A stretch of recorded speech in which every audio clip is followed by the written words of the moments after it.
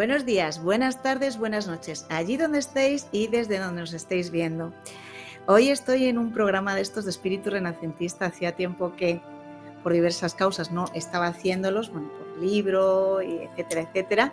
Y bueno, qué mejor después del que hice especial sobre la música Santa Cecilia que empezar también con la literatura, y qué mejor que con un gran autor, un gran escritor al que tuve ya el honor de poder entrevistar en enero, cuando sacó una de sus novelas. Y bueno, hoy le tenemos aquí también con otra gran novela para que nos hable de ella. Y no voy a estar sola, porque conmigo va a estar yo digo que es como mi Sancho, ¿no? El Quijote, quien siempre me ayuda con toda la información, quien cree en mis locuras también un poco y quien ha sido mi lectora beta de El Druida, y nos lo hemos pasado muy bien juntas corrigiendo. Y entonces va a estar ella ahí como gran lectora que es, como amante de los libros y de la literatura histórica. Entonces, primero vamos a dar paso a Monse, vamos a saludarla. Hola Monse, ¿qué tal? Hola, buenos días, buenas tardes, buenas noches, según quien nos vea. Encantada de estar contigo otra vez aquí. Y nada, bueno, y tenemos un invitado de lujo. Yo además tuve la suerte, además de conocerle también en la Feria del Libro, donde me firmó, además, bueno, magistralmente. Yo creo que jamás me han firmado los libros así. Así que, bueno, ya luego lo enseñaré, una maravilla además, y tenerle aquí. Y bueno, pues sin más, pues vamos a presentar a Francisco Narla. Hola, buenas, es un placer. Es un placer. ¿Qué tal? Sin los lectores, sin gente como vosotros, lo que yo hago sirve de poco, así que al revés, gracias a vosotros. Muchas gracias por estar aquí de nuevo. Bueno, yo creo que ya voy a entrar directa a la batalla. Entro directa a la batalla. Bueno, Francisco nos habló un poquito y nos comentó un poquito acerca de él en el programa que le hicimos en enero, acerca de su libro de Hebreo, el celta que desafió a Roma en tiempos de Nerón. Y bueno, y nos contó un poquito acerca de él, y bueno, y a mí me gustaría también pues que empezara un poquito a hablarnos también, pues esa pequeña introducción, ¿no?, acerca de su amor por las letras y por escribir, que le llevó un poquito a escribir, para luego adentrarnos en una segunda pregunta que es un poco una curiosidad que quiero. Pero bueno, coméntanos un poquito, ¿qué te llevó a escribir? Yo creo que como en muchos otros casos, y como han reconocido cantidad ingente de escritores, en mi caso es estar al otro lado de la página, el ser lector. Los libros fueron una parte importante de mi vida durante años como lector, y hay un momento en el que, en especial, la influencia de Saint-Exupéry, que me llevó a soñar con mis dos vocaciones, la de escritor y la de piloto, bueno, influyó un poco más, empezó un poco más. En mi familia también el arte es importante. Mi padre era pintor, mi madre es pianista, tengo un tío arquitecto. Sabía que mi camino estaría por ahí de alguna u otra manera. Y contar historias es, yo creo, un paso natural cuando has disfrutado tanto como lector, recibiéndolas, leyéndolas, viviéndolas, incluso soñando con ellas. Así que empieza uno con pequeños relatos, se atreve, bueno, como casi siempre en la adolescencia uno se cree poeta, pero lo que haces es el imbécil básicamente, porque la poesía es dificilísima, complejísima, y el dar una sola imagen que merezca la pena con palabras es una auténtica locura. Lo que pasa es que tiene esa apariencia de facilidad, que es todo muy engañoso. Pues escribes tú unos poemillas, haces un poco el tonto, y poco a poco esos relatos, esos poemas van creciendo y te vas curtiendo. En realidad no tienes ni idea de lo que estás haciendo, porque luego con los años uno empieza a estudiar narrativa, cada vez me apasiona más, cada vez entiendo más. Yo el otro día, para otra entrevista también, los contaba, ya supera los 200 títulos dedicados a cómo se cuentan historias, solo al hecho de cómo contar historias, a la narrativa. Sobre todo títulos norteamericanos, de Hollywood, es de donde más nos viene, porque el cine tiene un gran peso en eso. Y poco a poco vas aprendiendo, y en mi caso el amor continúa creciendo. Me parece que las historias es de lo más maravilloso que tenemos. Creo que desde las cavernas contábamos historias a la luz de la hoguera y que el ser un contador de historias es uno de los oficios más bonitos que existen, porque existe la posibilidad, aunque sea pequeña, de que algún niño triste y aburrido o asustado en una esquina, como me pasaba a mí de pequeño, pueda encontrar en un libro un desahogo, un sueño, un viaje que, bueno, se lleve esa realidad que tanto le disgusta. Así que, ¿qué se puede hacer mejor en la vida que contar historias? Efectivamente, efectivamente. Yo hablo de los bardos en el Druida, esos que contaban historias y que iban hablando. Pues qué maravilla, qué maravilla. Yo tengo una duda. ¿Tú te refieres a tus libros, a tus novelas, como cuentos? Es una curiosidad. ¿Por qué cuentos?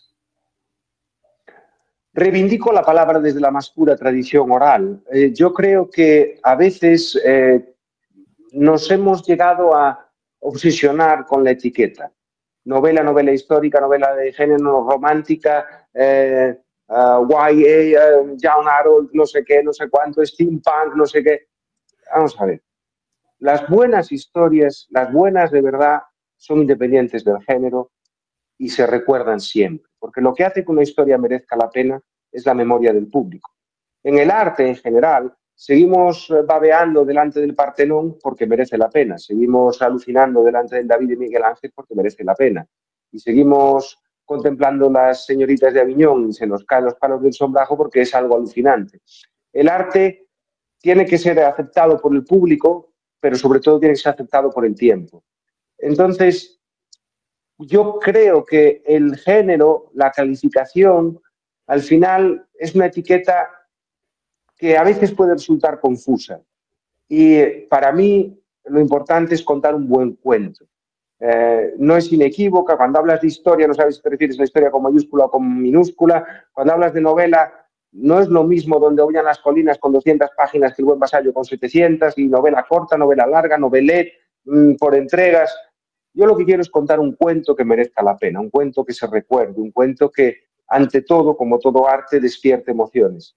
Y a mí me gusta la palabra. Yo soy heredero dos contos que recibí al amor de la lareira, en gallego. Soy heredero de esa tradición oral y me parece que no lo reivindicamos lo suficiente. Los filandones, eso que hablaba antes de los hombres de las cavernas contándose historias al fuego, al amor del fuego. Bueno, es una palabra que me gusta, que tiene reminiscencias para mí muy importantes por mi infancia, y me parece que además es la que mejor la describe, porque no se ata a un género, a una forma de entender la narración y a otra. No es lo mismo una novela de Paul Auster que El Quijote, y sin embargo las dos le llamamos novelas, ¿no? La trilogía de Nueva York de Paul Auster se parecen algo al Quijote, pues no, o Murakami, pero son novelas, ¿no? Pero sin embargo lo que tenemos claro es que ambos dos son cuentos. Para mí, por lo menos, es una palabra que funciona muy bien para hablar de lo que yo hago. No, es que además es algo, digo, yo tengo curiosidad, porque yo tengo aquí algunos de tus cuentos, no todos porque tienes muchísimos, y te preguntaré porque para un escritor que ha escrito, no sé si tú te pones un reto más cada vez que escribes algo, me voy a poner este reto, me voy a poner este reto. Un reto era ponerse, cuando tú estás en un personaje, de escribir a un personaje, bueno, encima a un personaje en una época distinta a la que estamos acostumbrados. Es mucho quizás más sencillo poder hablar de tu entorno en tu época que referirte a una época que ha llegado a ti pero que no la has vivido, no has palpado, entonces eso tiene su dificultad.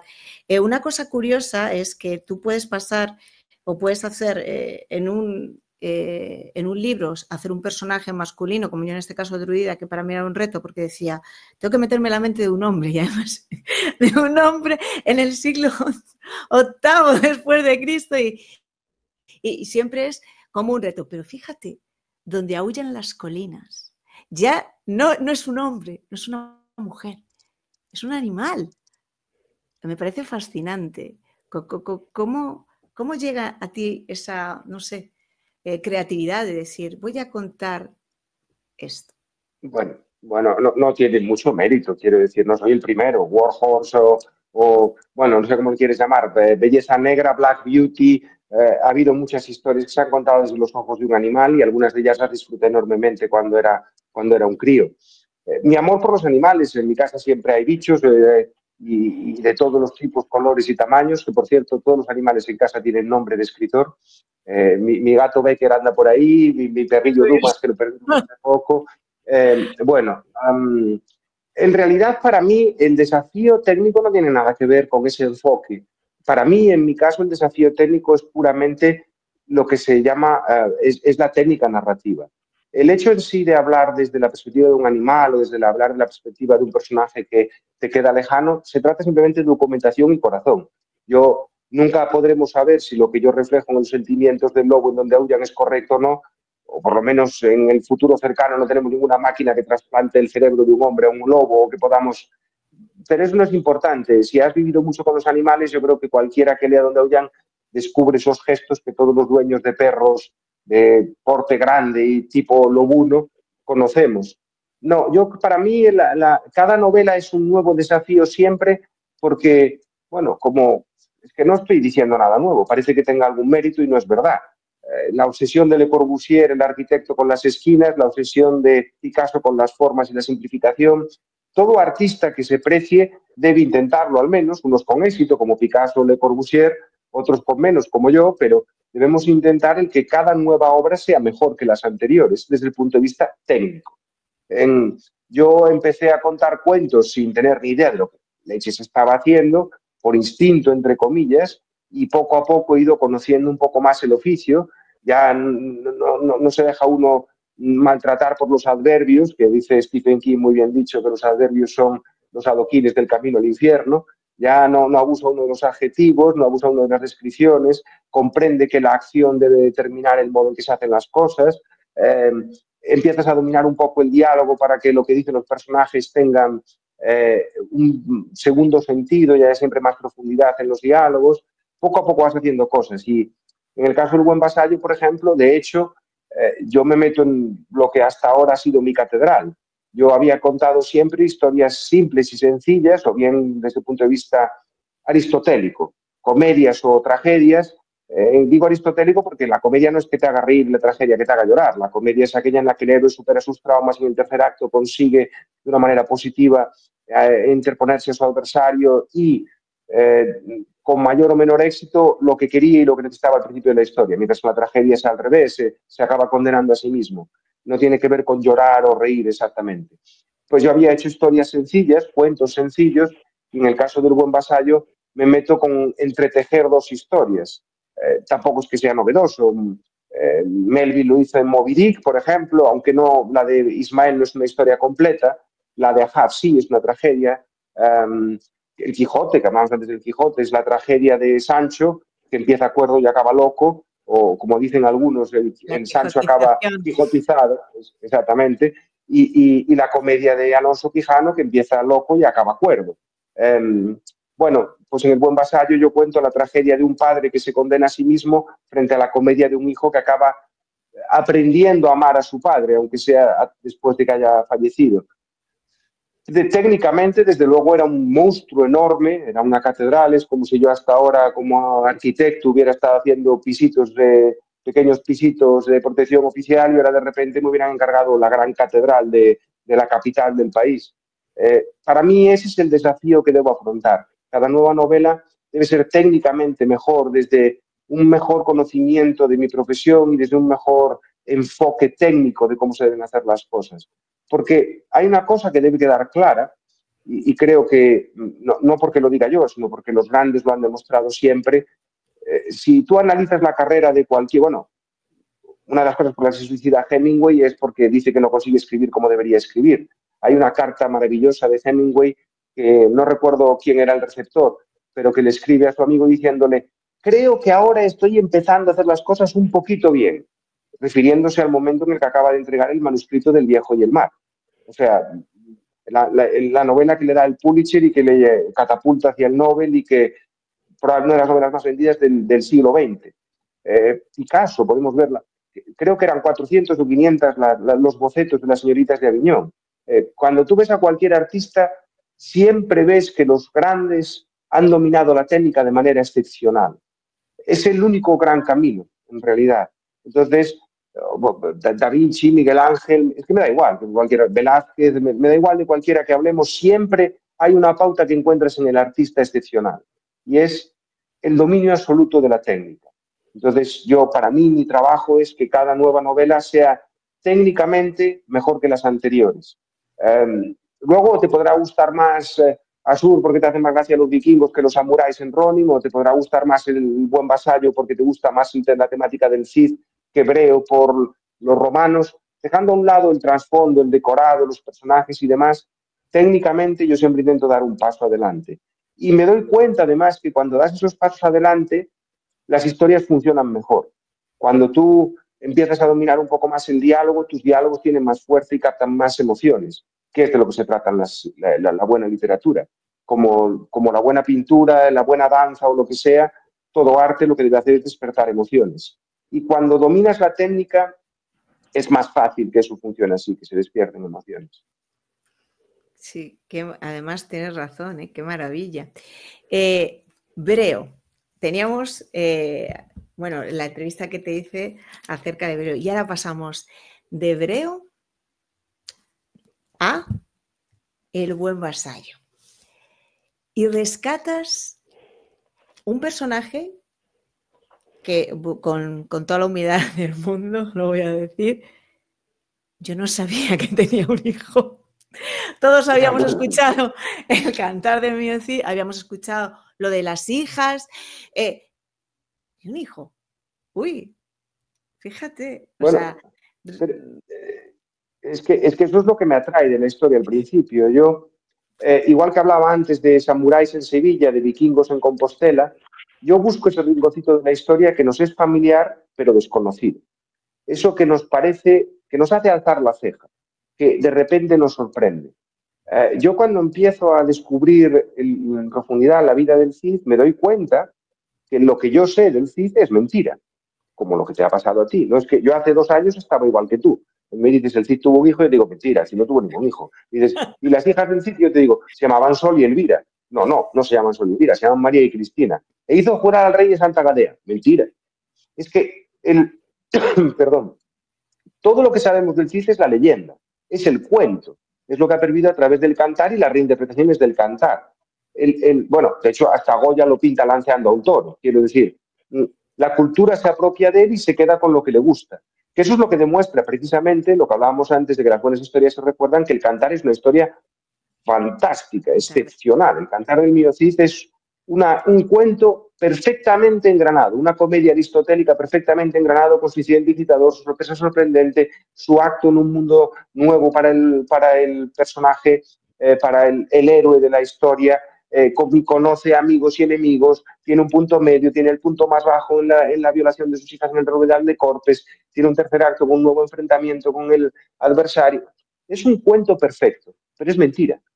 Y es mentira, lógicamente, porque el juglar hace 1000 años, el bardo, el juglar, que hace 1000 años una taberna, llega a la taberna y deja la gorra en la mesa para ver si come caliente, no va a contarte que el Cid ha matado a mujeres y niños en el asedio de Valencia. O no va a contarte que el Cid le ha prendido fuego a Logroño y de Logroño no han quedado más que cenizas. Porque con eso seguro que no come caliente. Sin embargo, si cuenta que el Cid ha obligado al rey, al que todos sospechan, del que todos tienen, bueno, al que todos miran de reojo, porque quizá la muerte de su hermana ha sido muy conveniente, si el Cid, el gran héroe, obliga al rey a jurar en Santa Gadea, que no existía en aquel momento, con lo cual la jura no pudo ser posible, si lo obliga a jurar, es el héroe del pueblo, está tendiéndose a poner... Bueno, el cuento es maravilloso, pero es mentira. Y para mí descubrir todo eso, que no hubo jura de Santa Gadea, que las hijas se llamaban María y Cristina, que no se casaron con los infantes de Carrión. Sí, no, y además es que fíjate, nos descubres a un Cid, que nosotros teníamos ese personaje, ese héroe, esa película de Hollywood, con ese Cid venciendo ya muerto. Y es como, wow. Claro, pero es que de eso se trata. Todos conocemos a un Cid y a mí me parecía muy poderosa la idea de que el Cid no tuvieran, bueno, tenía que ver, obviamente, pero que tuviera tantas diferencias con lo que la leyenda nos ha dejado. Eso me parecía muy atractivo. Pero ojo, hasta ese momento yo tengo un escenario, un decorado, pero no tengo una historia, no tengo un cuento. Para eso necesito un conflicto. Yo siempre lo digo en las clases de narrativa, hasta no sé si en la otra entrevista también hablamos de esto, pero el novelista busca el conflicto como un perrillo, como un gorrino las trufas. Es que necesitamos conflicto, porque sin conflicto no tienes historia. Puede ser un conflicto interno, un conflicto externo, pero tiene que suceder algo que se oponga al héroe, porque si no, y el héroe es tu vehículo empático a través del cual contar la historia. Si no tiene una oposición, no tienes historia. Creo que era Goldman el que decía, el perro se tumbó, no es una historia. El perro se tumbó en la manta del gato, ya tienes una historia, porque ya ahí ya te avientas que viene un conflicto, que viene algo malo, ¿no? Entonces, toda la novela nace ya no de ese hombre tras la leyenda, de ese personaje que no tiene nada que ver con la realidad de la persona. El Cid es una cosa y Rodrigo Díaz de Vivar es otra. Eso es interesante y atractivo, y más en esta época en la que nos gusta desmitificar esas cosas, porque hemos tumbado todos nuestros mitos, hemos tumbado a Dios incluso en el siglo XXI como para no tumbar al resto de mitos. Entonces, eso era interesante, pero necesitaba un conflicto. Yo decía, La Sirenita es un cuento fantástico porque la sirenita se enamora de un hombre. Si se enamorase de un sireno, no tenemos historia. El Montesco y Capuleto se llevan bien, toman el té todas las tardes y mojan galletitas. Oye, la niña se ha enamorado del niño, el niño se ha enamorado de la niña, pues se casan el domingo. Ya está, ya se acabó, ya no hay historia. Romeo y Julieta es fantástica porque Montesco y Capuleto son enemigos. Bueno, cuando yo descubro que el hijo del Cid, Diego, no solo existe, que ya es llamativo, sino que además tiene un conflicto con su padre, es cuando tenemos una historia. Resulta que Diego muere en la batalla de Consuegra peleando con los enemigos de su padre, con los hombres que le han destrozado la vida a su padre, con el rey Alfonso VI, que lo ha condenado a un destierro, lo ha exiliado, le ha arrebatado todas sus posesiones, incluso ha apresado, ha metido en la cárcel a Jimena y a las niñas, o sea, le ha quitado todo lo que tenía y le condena a vagar solo y a ganarse el pan con la espada realmente como señor de la guerra, porque lo de mercenario es otro mito tonto que no...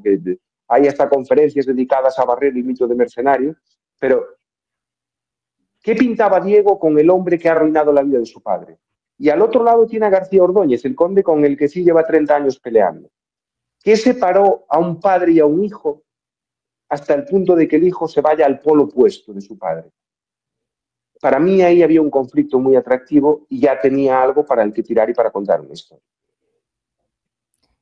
¿Y por qué el Cid? O sea, ¿y por qué llegó a ti después de, bueno, escribir Breo, después dijiste, ¿cómo es que llegó esa idea del Cid y del hijo del Cid? Bueno, yo descubro todo este elemento del hijo del Cid a través de un intento de independencia del viejo reino gallego de medieval. Resulta que yo no tenía ni idea, pero el reino de Galicia durante el siglo XI, después de que Toledo haya sido recuperado a los moros, Compostela está perdiendo algo de preeminencia. Y el obispo de Compostela de ese momento, que se llama Diego Peláez, se ve disgustado porque Toledo esté cobrando importancia de nuevo, ahora como recién reconquistado territorio, la sede episcopal de Toledo cobra relevancia y Diego Peláez le suena a cuerno quemado todo esto. Y entonces nos le ocurre otra mejor idea que proponerle a Guillermo el Conquistador, que acaba de unificar los territorios de lo que hoy conocemos como Inglaterra, bueno, no coincide exactamente, pero vamos, a Guillermo el Conquistador, que por qué el Reino de Galicia no se hace parte de Inglaterra. O sea, que a los gallegos nos faltó un pelo en el siglo XI para acabar hablando inglés, nos faltó un poquito para ser la provincia sur de Escocia. Guillermo el Conquistador estaba de acuerdo, Diego Peláez, varios nobles de Galicia también lo estaban, se produce una pequeña rebelión y yo descubro que para sofocar esa rebelión el Cid tiene un pequeño periodo en lo que hoy es la provincia de Ourense. Para mí aquello fue una cosa de abrir los ojos y no poder cerrarlos, pero como el Cid en Ourense, no, mentira. Wow. Empiezo a leer e investigar y descubro lo que, tiro del hilo para descubrir lo que hablábamos en la pregunta anterior. Perdón, que casi todo lo que sabemos del Cid es mentira. Así empieza la cosa, la verdad. Wow, bueno, voy a dejar a Monse, que nos está escuchando aquí, todavía no he hecho ninguna pregunta. A ver, Monse, ¿qué ¿Qué quieres? No, es que da gusto escucharle, ¿eh? Bueno, ya te digo, yo me quedo horas escuchándole solo. Bueno, yo a Francisco le voy a decir mi experiencia en la biblioteca con tus novelas. Tus novelas son las que clasificamos de las que no cogen polvo. Quiere decir que no paran, no paran, o sea, están cuando están ahí a disposición desaparecen, o sea que te quiero decir que se presta muchísimo. No sé si eso te halaga o porque, claro, no, es que lo digo a tenor de que hubo un escritor que dijo una vez, y no hace mucho, ¿no? Que las bibliotecas lo que hacían era impedir ventas. Me siento muy mal. Pero... Mira, no sé quién es, pero y mira que yo soy un tío comedido públicamente, pero voy a decir directamente que es un imbécil. No sé quién es, ni quiero saberlo, pero es un imbécil. Pues la entrevista por ahí anda y ahí está, ¿no? Pero porque, y de hecho, fíjate si está equivocado, que ha habido gente que después de leer algunas novelas tuyas ya te siguen, o sea, primero te leen y te descubren y ya te siguen. Y sí que están pendientes y estaban pendientes que sacaras la última novela, la del Buen Vasallo. Ya me preguntan por ella en la biblioteca. ¿Ya la tenemos? Hombre, si es que está calentito. ¿Cuándo salió? Hace muy poco, realmente. 5 semanas, 6 semanas ya. Sí, está calentito, como digo yo. Todavía, y a nosotros, pues todavía no nos ha llegado, pero nos va a llegar, que yo ya le he pedido a la carta de los Reyes Magos.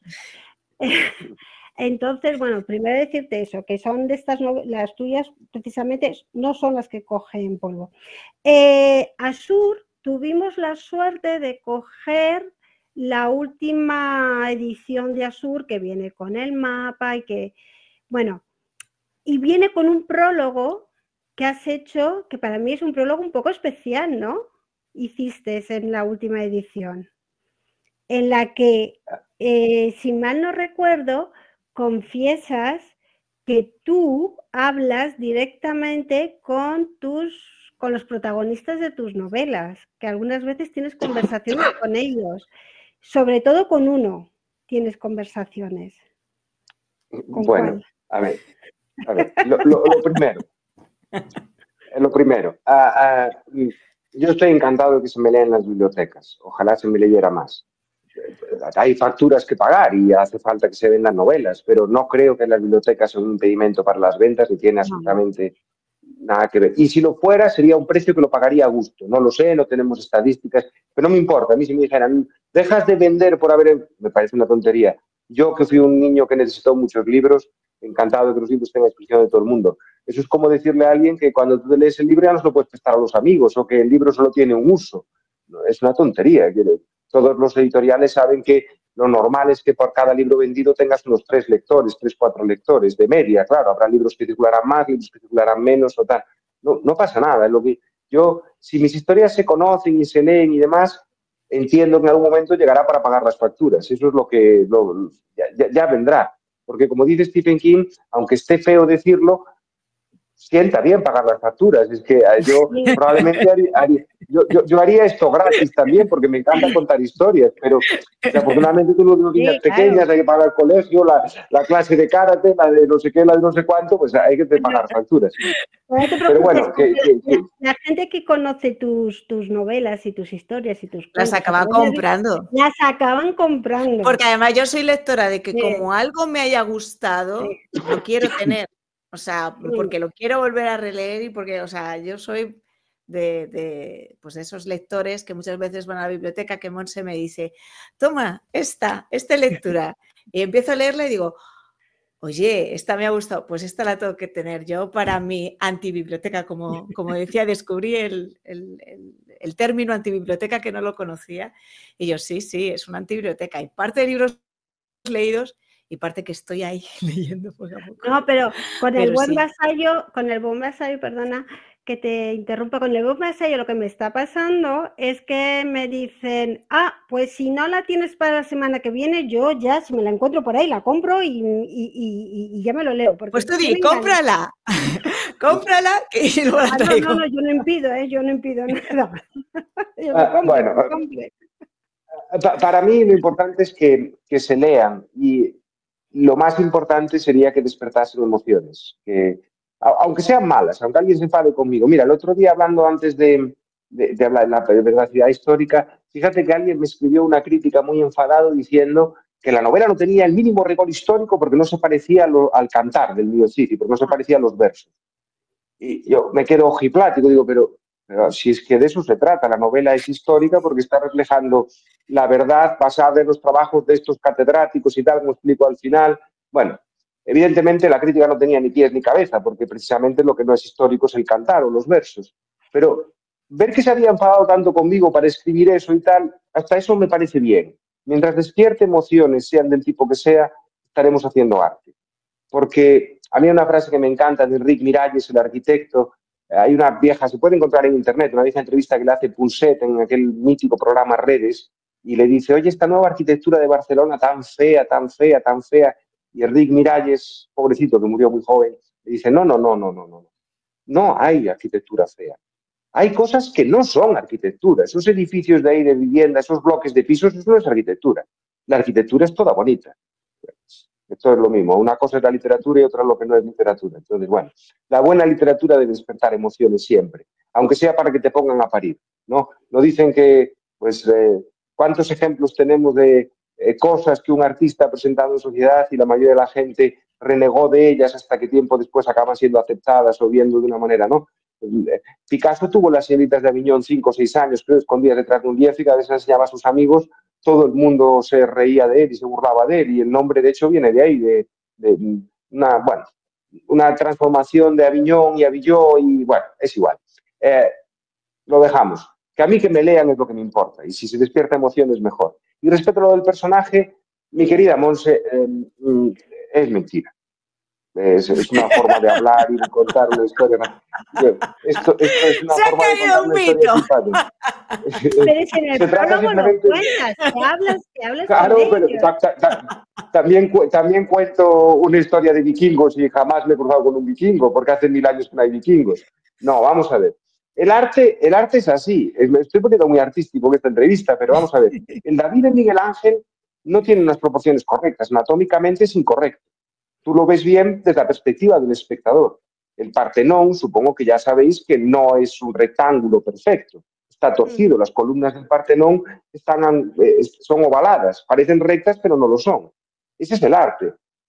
Las conversaciones que tú escuchas en las películas, en los diálogos, no son ciertas. ¿Quién habla así? ¿Quién tiene ese poderío para hablar y todo lo que dices parece que tenga importancia? Y pues, yo cuando doy clases de narrativa yo siempre digo, el buen diálogo es aquel que se te ocurre con la almohada debajo del sobaco, cerrando la puerta del dormitorio y ya camino al sofá.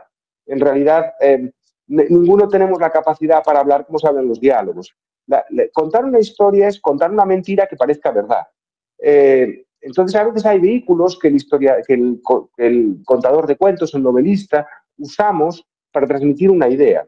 Decir que hablo con los personajes es una forma bonita de expresar que paso mucho tiempo con ellos, que pienso mucho en cómo los voy a construir, en que determino mucho cuál es su pasado, su presente, porque a veces basta una frase. El mal novelista, o cuando empiezas, yo cuando empezaba pensaba, tengo que contar todo. Y como tuvo una infancia infeliz y no sé qué y no sé cuánto y como no sé cuánto y no sé qué, y como se casó joven y su mujer se murió, es un hombre triste y tal, eso es una mierda de narración y perdón por... Eso no es saber contar historias. Fijaos, voy a poner un ejemplo que yo también pongo en clases de narrativa.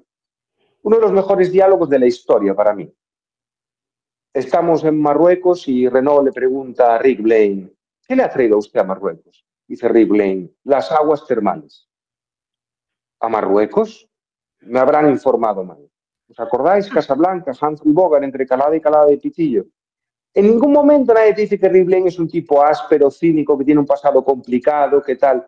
Pero cuando le pregunta a Renaud ¿qué te ha traído a Marruecos? Y él contesta, después de sacarse el pitillo de la boca, las aguas termales. Tú ya sabes que Humphrey Bogart, que Rick Blaine, es un tipo con un pasado turbio del que no quiere hablar, del que se ha alejado, que está allí por motivos oscuros. Lo sabes todo. Eso es contar historias. Eso es contar historias. Y para poder poner ese diálogo tan poderoso, esa frase tan poderosa en los labios de Rick Blaine, tienes que conocerlo profundamente. Explicar ese proceso es tedioso, largo y coñazo. Yo, ¿qué pongo en el prólogo? Que me he podido pasar 4 o 5 horas hablando con un amigo psicólogo, que además he leído varias cosas sobre el comportamiento social en la Edad Media, que he estado hablando con varios catedráticos que se han especializado en cómo eran las expediciones vikingas desde el punto de vista de el mantenimiento de la estructura social de los vikingos.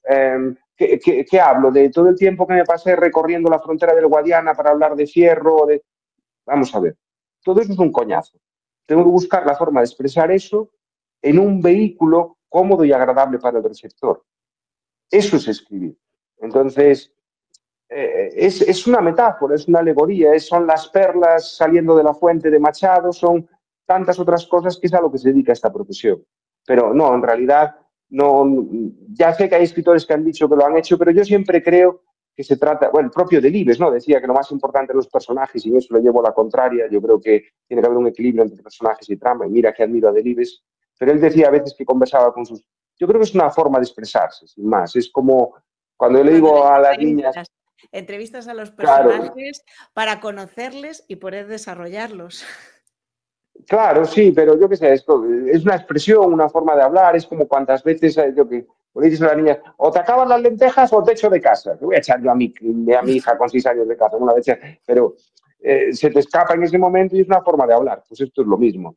Tú es más fácil y es una imagen muy visual decir que dialogas con tus personajes que decir todo el trabajo que hay detrás. Porque decir que dialogas con tus personajes evoca algo bonito y maravilloso y es literatura, y decir que te has pasado 14 horas leyendo ensayos tediosos sobre la Edad Media o sobre lo que tú quieres que estés trabajando en ese momento, pues no tiene tanto glamour, ¿sabes? Que no... Esto es así, el arte es como es. Bueno, Claro. pues... Es dar forma a las palabras de alguna manera, ¿no? Y bueno, y te preguntaré luego, cuando acabe Monse, te preguntaré una cosa curiosa como escritor. Monse, ibas a... Que sí, porque encadenando con lo que estaba diciendo ahora Francisco, como sobre todo en Buen Vasallo estás contando esa otra historia que no conocemos tanto, ¿te ha resultado muy complicado conseguir información sobre este otro lado del Cid, sobre el hijo? ¿Cómo ha sido bueno, nutrirte? evidentemente das en el clavo, Monse. Es una de las grandes trabas, de los grandes impedimentos para el novelista de histórica, nutrirse bien para tener buena información, porque siempre caminamos en la cuerda floja. Tú tienes que buscar el modo de que, tras dar un decorado veraz a lo que está tras tus personajes. Bueno, me ha costado. Afortunadamente, como es la 10ª novela, ya tiene uno cierta práctica, ya conoces a ciertos catedráticos, ya sabes a qué secretaria es enviar un jamón, ya sabes a quién invitar a cenar, ya sabes, hay ciertas cosas que ya las vas controlando, ya sabes qué ensayos, ya sabes a quién llamar para decir, oye, ¿qué libro me recomiendas de tal? Ya tengo acceso a ciertos archivos universitarios, puedo mirar cuando hay revisiones por pares, a veces me avisan de ciertos artículos que van a salir interesantes. Ya tiene uno unas herramientas que te van dando la experiencia que te ayudan. Entonces, es difícil, por supuesto, siempre es muy complejo, pero realmente lo más complicado para mí no es el de reunir la información, sino es el cómo usarla. Hay que entender que cuando tú escribes una novela histórica, los detalles históricos deben estar siempre al servicio de la narración, porque si no estarías escribiendo un ensayo. Yo necesito saber las costumbres, los usos y demás del momento para poner el decorado alrededor de las acciones principales. En el caso de Buen Vasallo es un hombre, un padre y un hijo destrozándose la vida el uno al otro. Eso pasa en el siglo XX, en el XXI, en el XXII, pasará en el 30 y pasaba en el 11. Pasó entre Rodrigo y Diego. Entonces, Reunir la información es importante, pero es más importante saber cómo usarla. No importa tanto si el 14 de abril del 1086 el Cid desayunó cebolla o desayunó un ajo arriero. Eso no importa. Lo que importa es que no desayunó patata, porque vino mucho después, y que lo que importa para la historia es la conversación que tiene con su hijo, sea lo que fuera lo que desayunase. El equilibrio, ese maravilloso caminar en el alambre, es una cosa a la que quizá más que en otros géneros nos exponemos los novelistas de histórica, porque siempre hay alguien que está dispuesto a señalar que eso no es cierto, eso no está bien o tal. Pero yo creo que hay que convivir con ello, porque lo que tú tienes que hacer es que sea veraz, mostrar ciertas cosas que son propias del momento, porque la verdad, no lo veraz, no la sabemos ni la sabremos nunca.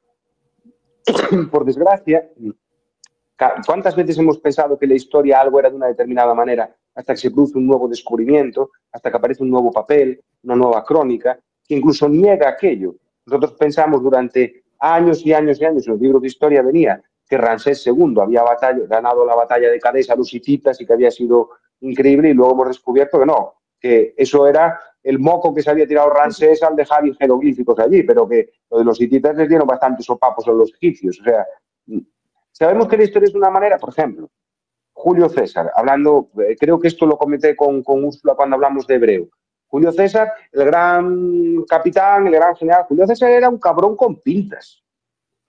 En las Galias mata a 1 millón de personas, a 1 millón de personas, a otro 1 millón de personas la convierte en esclava y a otro 1 millón lo deja libre por allí porque, claro, alguien tenía que cultivar.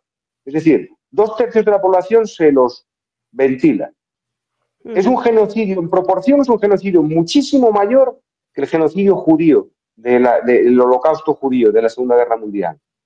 Y sin embargo, nadie habla de ese aspecto de Julio César, que se cargó a 2/3 partes de la población de las Galias. Ha pasado como el gran Julio César.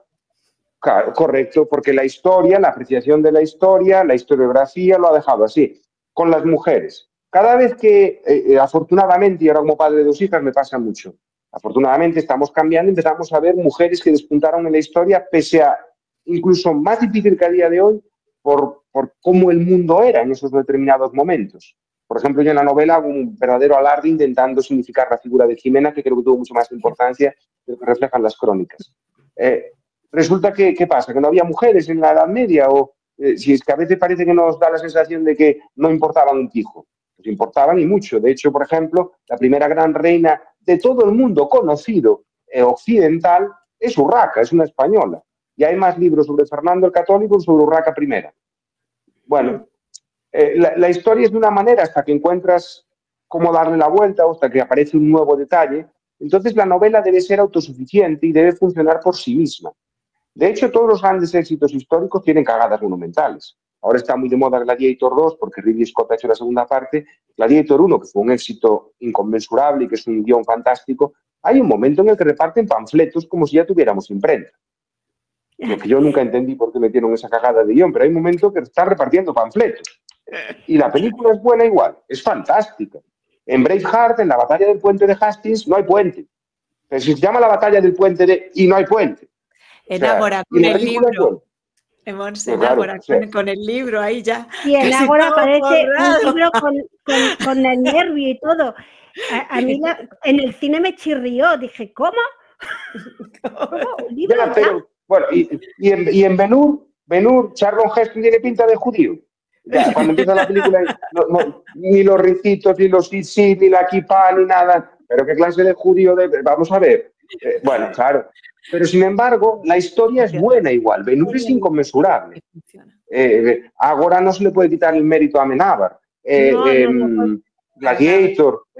A veces la historia tiene que funcionar aparte de esas cosas. El cuento tiene que funcionar aparte de esas cosas. El que se tiene que preocupar por esas cosas es el historiador, que tiene que escribir su ensayo sobre, pues, Ágora, la Biblioteca de Alejandría, o sobre los judíos durante la dominación romana de Judea. Eso lo dejamos al historiador. El cuentista, el novelista, tiene que hacer es contar un buen cuento, que más o menos disimule y se vea y sea lógico con ese tiempo. Pero tu preocupación es el cuento. Para mí, es mi manera de entenderlo. Claro, hay gente que puede estar de acuerdo, pero yo es como lo veo. Y yo veo o entiendo que los grandes éxitos históricos del cine, la televisión y la literatura han demostrado esa premisa una y otra vez. Para mí es evidente. Casi ninguna. De hecho, tenemos a Ivanhoe. Ivanhoe a día de hoy sabemos que tiene un montón de cagadas históricas, pero para su momento no las tenía, por ejemplo. Para el momento en que Walter Scott escribe Ivanhoe, en lo que sabía, él era muy fiel, estaba siendo muy fiel. A día de hoy sabemos que muchas de las cosas que dice no está bien. ¿Por eso ha dejado de ser buena la novela? No, la novela es cojonuda, pero es maravillosa. No porque hayamos descubierto cosas nuevas. Lo que no merecerá la pena leer serán los estudios, los ensayos de aquellos historiadores que usó Walter Scott para escribir a Ivanhoe. Eso ya no merecerá la pena leerse, porque estarán obsoletos. Sin embargo, la novela sí sigue mereciendo la pena, porque es un gran cuento, es una gran historia, pese a que eso ya no tenga ningún sentido. No sé si me estoy explicando bien. La literatura es una cosa y la historiografía es otra.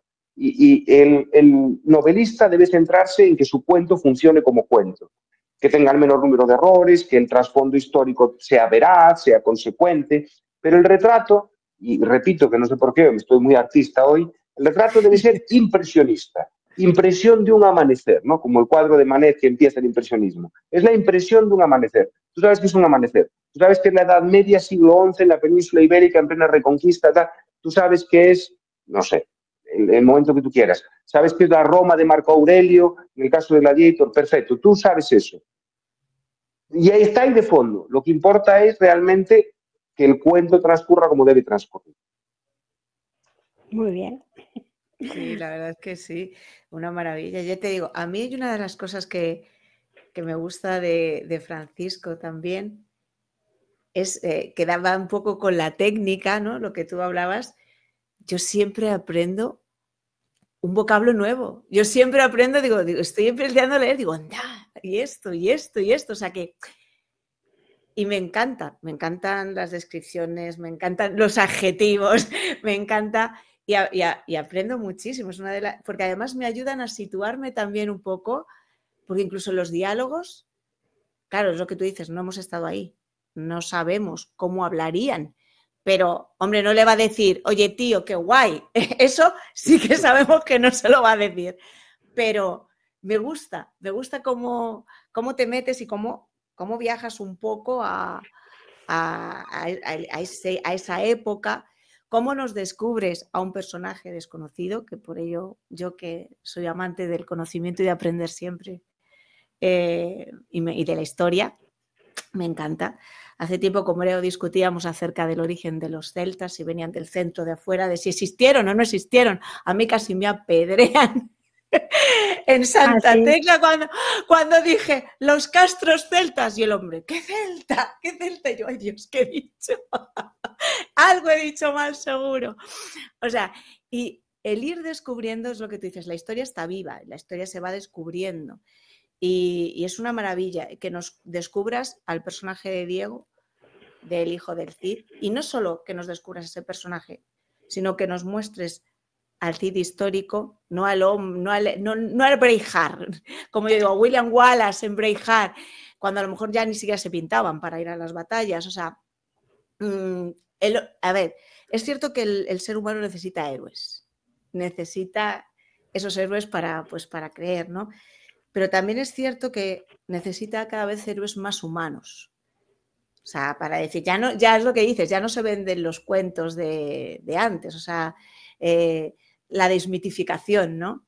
Un poco. Y hacerlos también humanos está muy bien, porque dices, bueno, el Cid, pero es que el Cid también era así, o sea, que...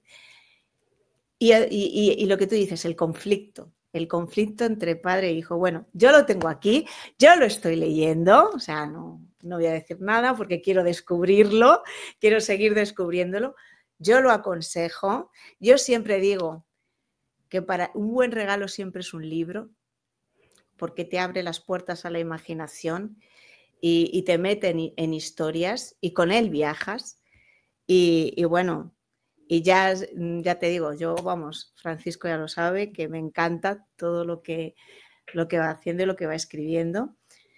Y sobre todo me gusta escucharle, como decía Monse, porque yo me Sí. quedo así. Digo, yo que he hecho también tantos talleres, yo que empecé igual, escribiendo una novela porque quería escribir y digo, y voy a proponerme, voy a escribir cada día y voy a no sé qué, pero luego a que se nota, Monse, o sea, de la primera a la Sí, última no, no tiene nada que ver, sí. es otra Úrsula. Eso lo digo y a mí cuando me hemos encanta. presentado tu última novela. Sí, sí, que no tiene nada que ver con la Úrsula, aunque yo sigo siendo la misma romántica y o me cargo a alguien o le pongo a hacer el amor. Pero algo va. Y a mí me encanta aprender, y además con Francisco, que la entrevista que hacemos es como, wow, que siga hablando. Que a mí me encanta aprender todo lo que dice de narrativa. Por supuesto, le invitamos a que venga a nuestro taller de escritura, que lo vamos haciendo como podemos.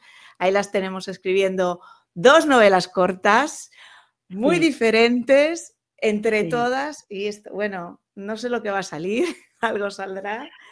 Y muy interesante.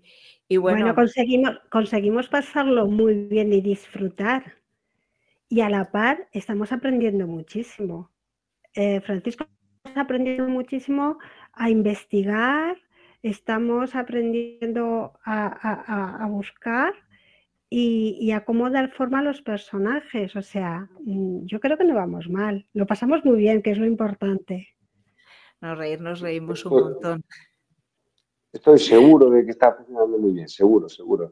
Cuando queráis me uno y para aprender o para compartir con vosotros lo que sé. Bueno, nosotras encantadas de tenerte aquí porque a nosotros nos gustaría que vinieras y que además nos hablaras pues, de tus libros, de aquellos que tenemos en la biblioteca, de aquellos que estarán, que nos hables también del Buen Vasallo, que a mí me encanta, que bueno, que la aconsejo, yo ya lo estoy viviendo, yo ya estoy ahí metida. Y como última pregunta, aunque yo estaría aquí hablando, pero llevamos casi 1 hora y a Francisco le tenemos ahí. Que no le dejamos.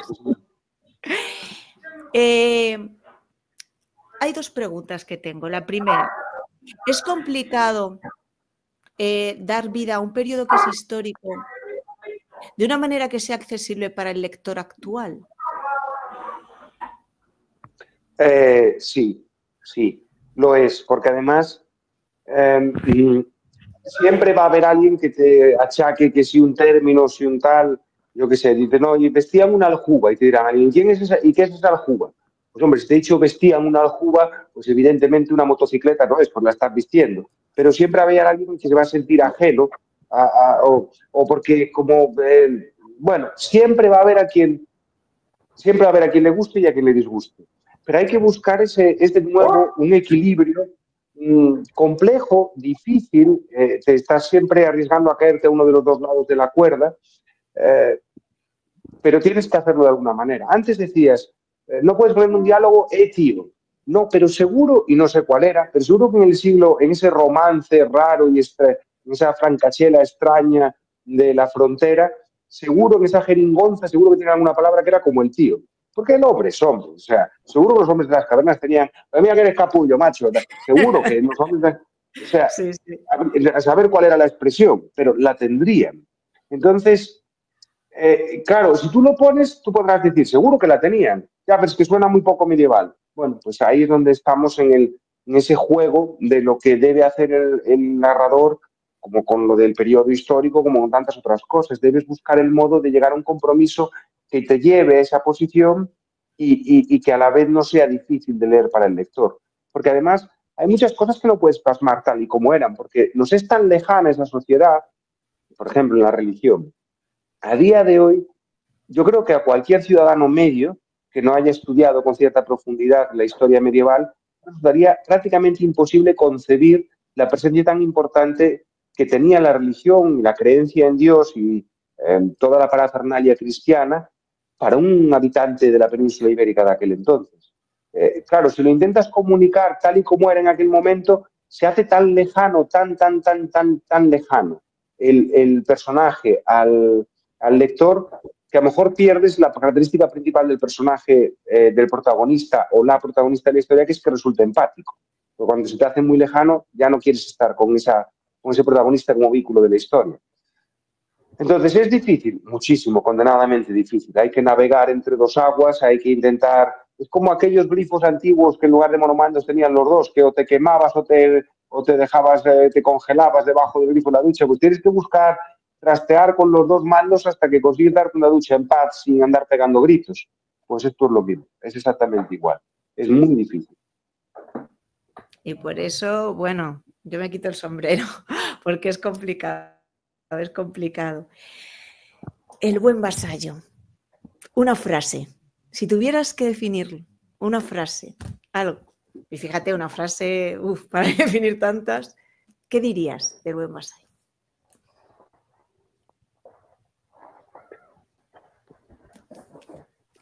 Yo diría lo que he dicho en la campaña de promoción de Grijalvo. Las buenas historias, como decía Hemingway, buscan la puñetera verdad, porque solo cuando hay verdad son buenas historias. Y cuesta mucho contar las buenas historias, porque al principio los escritores, yo por lo menos no sabía plasmar esa verdad. Y es muy complicado. Hemingway tiene otra carta en la que le decía a un amigo, estás pescando, ves el hilo saltar, las gotas saltar, ves la expresión del pescador, ves el pez, ves tal. Elige una de esas cosas, fíjate bien y cuéntala bien, pero lo que cuentes tiene que ser verdad. Nunca he entendido esa gente que presume de que escribe novelas a través de la información que saca de internet y esas cosas. En todo ese sentido y con esa preparación como frase para hablar en buen vasallo, que me hacía falta este prólogo, yo te diría que yo creo que es una historia que merece la pena. Mi padre se mató bebiendo, fue un hombre difícil y complicado, y El buen vasallo es una historia que iba buscando toda mi vida. Una historia en la que un hijo descubre que es incapaz de perdonarse porque ha permitido que su padre se condene. Wow. Silencio. Bueno, ya sabéis, El buen vasallo. Y bueno, cuando la hayamos disfrutado, ¿qué más personajes nos queda por sacar y más periodos de la historia? ¿Hay alguno que te esté rondando en la cabeza? Bueno, sí, claro. Lo que pasa es que cuando uno ya está, y más ahora estando en Penguin, tienes que estar de acuerdo con el resto de las publicaciones del grupo, lo que va a salir, lo que se va a llevar de moda, lo que llega de Frankfurt, el no sé qué. Y dices, no, me apetece contar una novela sobre los pitufos. No, pues ya vienen 3 de Italia, y entonces de pitufos no puedes contar novelas. Entonces, bueno, hay Los que Godot. cuadrar. Yo tengo 3 o 4 proyectos en la cabeza. Y estamos precisamente hablando con el equipo de marketing y edición y tal, cuál creen que sería el proyecto más interesante. A mí personalmente, la verdad es que me considero afortunado en ese aspecto. Yo tengo siempre varias historias en la cabeza, varias cosas distintas. Siempre tengo varios trabajos abiertos, varias novelas. De una tengo 100 páginas, otra tengo 200, otra tengo 50. Siempre tengo varias cosas ahí. Perdón que te haya cortado, porque a mí me está pasando igual con 2 novelas, que las tengo, y bueno, Mon se lo sabe. Hay momentos en los que estoy metido tanto en una como en la otra, y entonces no me liaré. Yo a veces digo, jolín, qué mala escritora soy, estoy en 2 a la vez. No, eso lo hacen muchos escritores y es normal. Tú tienes la necesidad de escribir y sobre todo cuanto más profesionalizado estás, hombre, claro, a no ser que seas Stephen King, que puedes hacer lo que te salga de las narices, porque te van a publicar lo que quieras y lo que tú quieras y como tú quieras, pero dentro de, por ejemplo, en mi liga, como le queramos decir, claro, yo no puedo decir voy a hacer tal cosa si es una idea potente que viene una traducción de Alemania dentro del grupo o dentro de cualquier otra cosa o tal. Es lógico que la editorial no quiera 2 cosas similares a la vez en las librerías.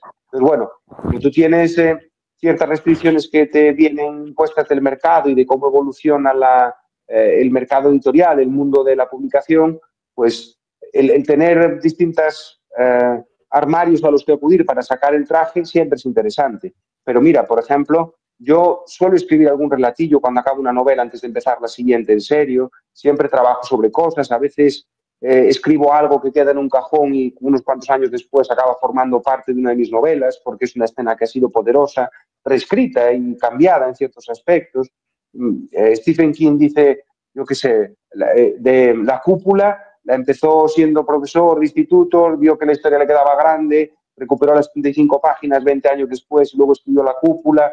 Yo creo que el escritor tiene que escribir, tienes que estar, dale que dale al teclado y a tu cabeza y buscando historias, personajes y tal.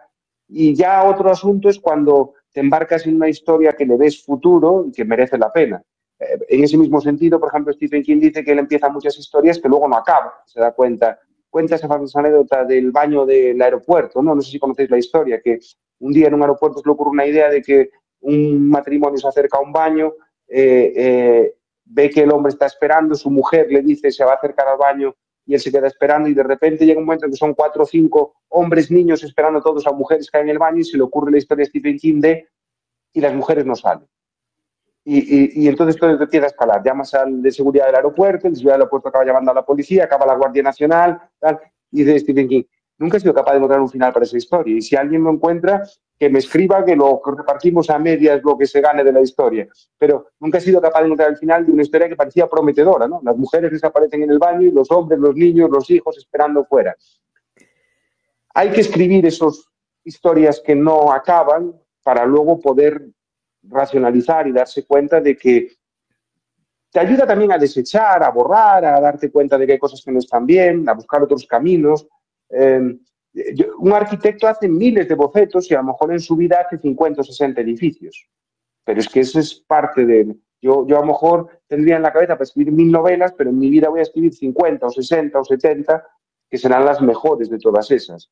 Entonces siempre tienes varios proyectos abiertos, siempre. Y siempre en mi caso son de ese tipo.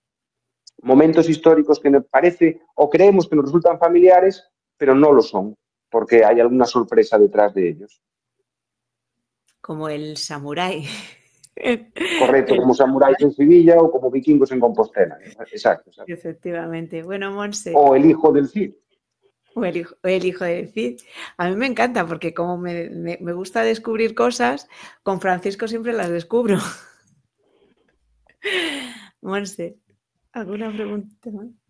No, yo solamente decirle que algo bien estará haciendo cuando mi experiencia en la biblioteca ocurre eso, ¿no? Que sus libros no cogen polvo. Entonces, eso es buena señal.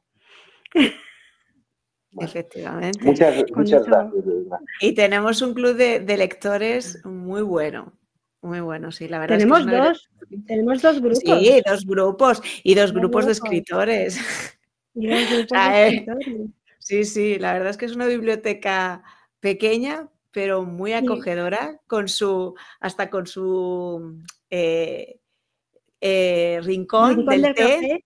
Del rincón del café tú llegas, te pones tu café, tu té y te puedes poner ahí a leer y está muy bien. Muchísimas gracias, Francisco, por tu tiempo. Seguiré, vamos, cuando me acabe esto ya te escribiré y te diré esto. Luego hay otros que te diré, ¿y por qué has matado a este? Con el que le he cogido cariño y te lo has cargado. Y nada, pues muchísimas gracias. Sigue escribiendo, que sí, vamos, deseando ya la siguiente y la siguiente. Y bueno, para que veáis todos qué firmas. Bueno, esto del dibujito, sí. Bueno, y en Fierro, yo dije, yo creo que no he visto a nadie en la vida firmar así. ¿No? Y me pareció algo tan, bueno, tan artístico. Tan artístico. Sí, hablando de arte. Sí. Hablando de arte, me parece algo tan artístico. Yo le diría, ¿no pintas? ¿No te gusta dibujar después de escribir? Yo después de escribir normalmente o pinto o compongo música, porque como le pongo música a la novela, ¿qué música le pondría yo al buen vasallo? Ya te contaré. ¿Qué música le pondría yo al buen vasallo? Muy bien. Encantado de escucharla cuando la hayas compuesto. En breve me voy a Bilbao porque una chiquilla ha compuesto una sinfonía inspirada en Azul, precisamente, y me han invitado al concierto, que van a tocarla por primera vez la banda de Galdacao, creo que es. Ahora, perdón que no doy bien los detalles. Sí, bueno, a mí me gusta todo. Yo de música sé muy poquito y de pintar también sé muy poquito, no lo hago nada bien, pero sí, me gusta. El arte en general me gusta. Yo es que además cuando leo, como veo la música, yo si veo una batalla ya le voy poniendo música y esto, y llegarían los tambores, y llegaría no sé qué, y sonaría la gaita, y haría no sé. Entonces, sí, ya se me ocurrirá algo para el buen vasallo. Genial, fantástico, muy bien. Muchísimas gracias, Francisco. Hasta pronto. A vosotros. Gracias, muchas gracias. Hasta la siguiente, cuando queráis. Ha sido un placer. Muchísimas gracias a todos ver este programa.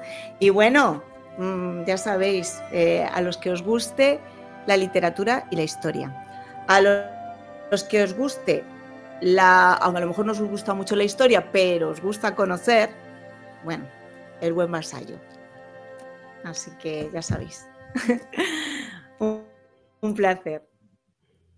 Un beso grande.